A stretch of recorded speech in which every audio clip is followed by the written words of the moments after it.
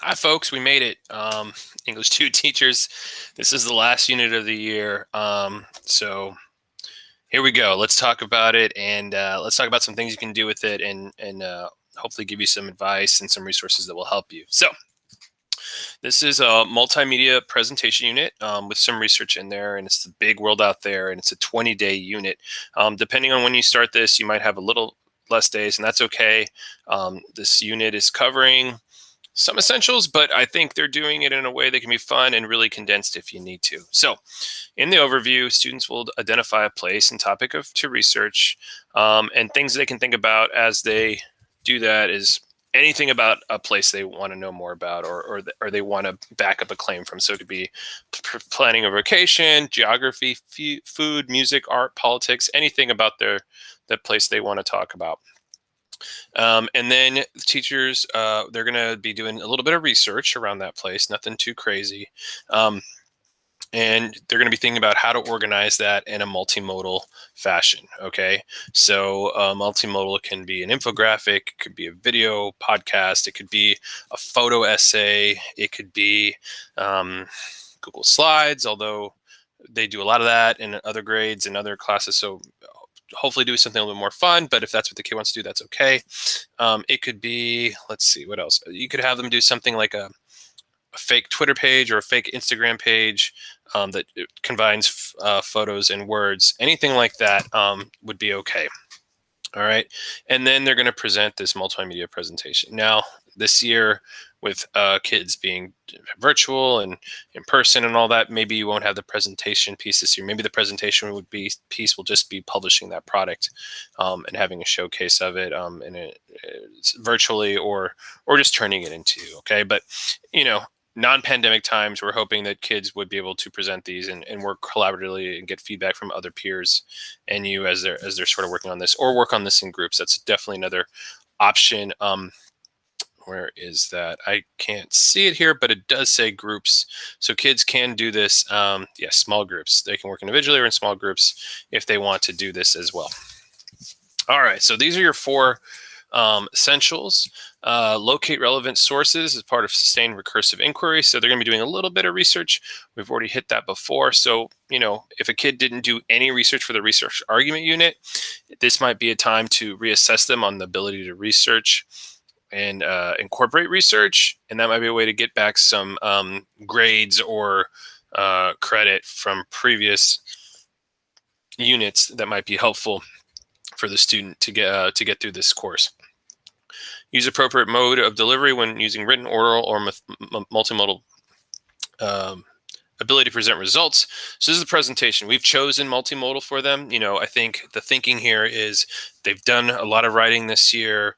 We want to, you know, not hit them again so hard with that stuff, but we want them to practice those conceptual skills of purpose, audience, organization, main idea, thesis, you know, how they back these things up with images and research and things like that in a way that is more organic and more in line with the way a lot of information is presented in the 21st century, quite frankly, right? Like a lot of us get our information from podcasts or videos or or infographics. Okay, so we want to teach them how to be effective communicators, not just in writing essays and other written forms, but also in the 21st century as we start to use more and more multimodal texts every day. Okay. And then the other one is a reading one, right? Because we're always trying to make that reading-writing connection or reading and product-based connection. So analyze the characteristics of multimodal and digital text across several modes and genres. See how general this TEK is, right? It's really hard. But what I try to do is look at the TEKs from the nonfiction argument and how they want us to analyze that and sort of bring them over as much as possible for this unit. So they're going to be looking at the same things they've been looking at all year. Purpose, supporting details. In this case, it might be images, statistics, facts, research, and then how it's organized, right? All right, so here is our summative. Oh, very quickly, if obviously the concept of going to look at a specific place, that part can always change as long as we're doing these essentials. So a kid could have a different multimodal product on a different topic. But we do want us to really concentrate on these essentials in this unit. Okay, so for the reading summative, we have an infographic here that they'll have to click on so they can really see it. And then here are the questions for this infographic: main idea, purpose, organizational patterns, and then down here is like supporting details. But when I think about that, and we think about that in the terms of multimedia, sometimes that is like the intersection of the video and the text, or the audio and the video, or the images and the text, right?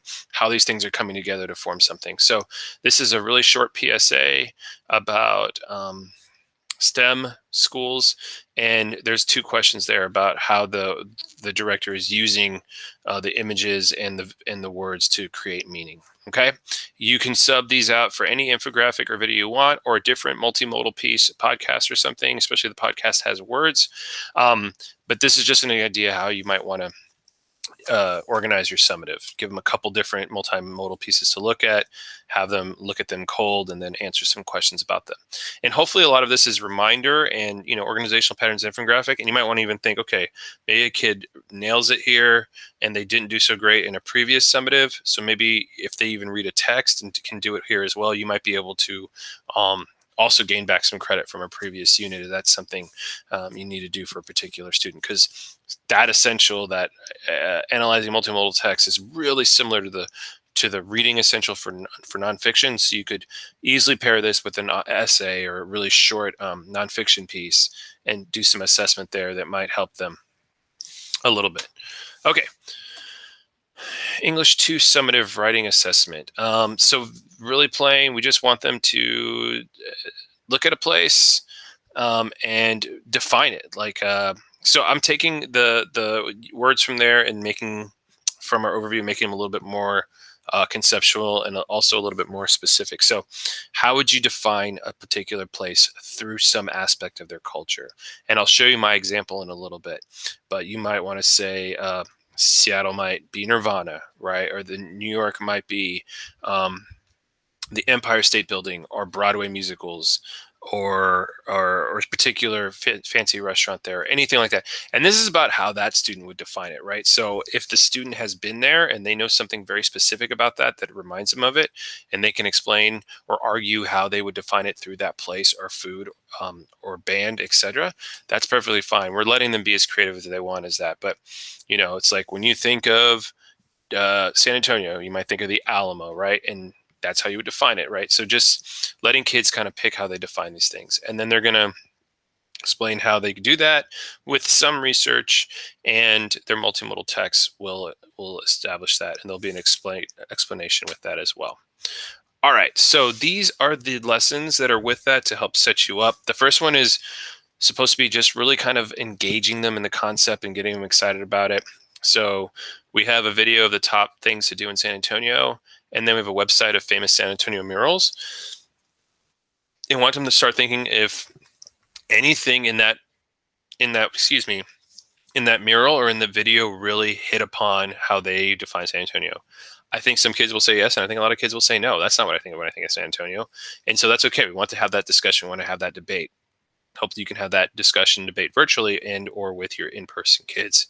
And then this is an article that talks about third places and how they're happy places. And the third place is basically like,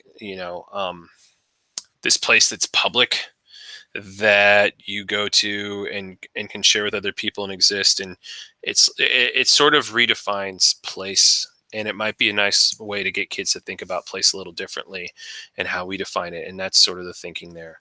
And then, so this is just really like, how would you define San Antonio? How do you define places in general? And then at the end, they're going to have to pick some image or something that helps define a place in San Antonio. All right, but they don't have to do San Antonio. They can do anywhere, but they can do San Antonio if they want. Okay, and then this is a reading one, right? Very much like the stuff we've been doing all year. So this is author's purpose.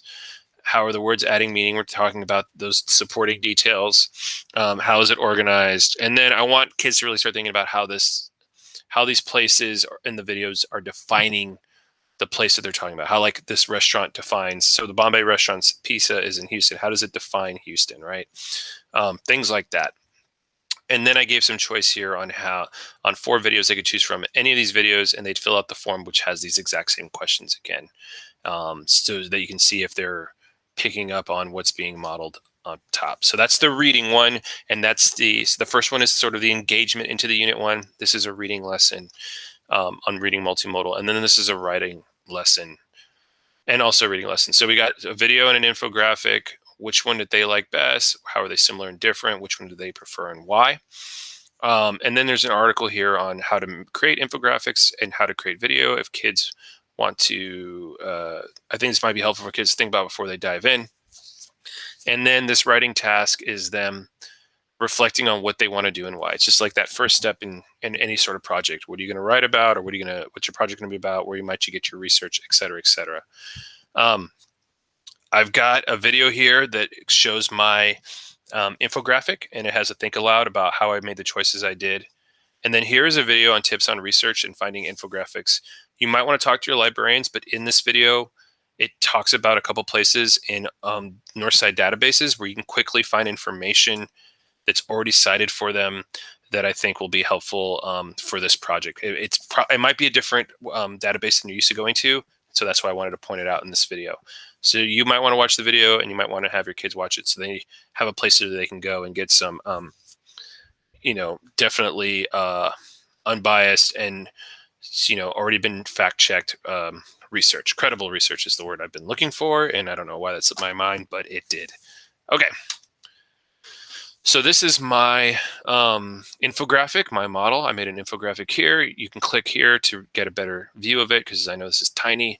And I decided to define San Antonio through the Puffy Taco because I love Tex-Mex food and I love Puffy Tacos. And I've been talking about food all year. Back to the argument research, we talked about pizza. So just kind of revisiting that again. And then I have the purpose, the multimodal choice, like why did I choose an infographic versus a video or something, how it's organized. And then the next piece is like design elements. So like how is the design of this infographic also thoughtful in terms of the pictures and the color scheme and things like that. All right. So hopefully that model is helpful to you and your students and to, maybe some expectations for the project or a starting point for expectations.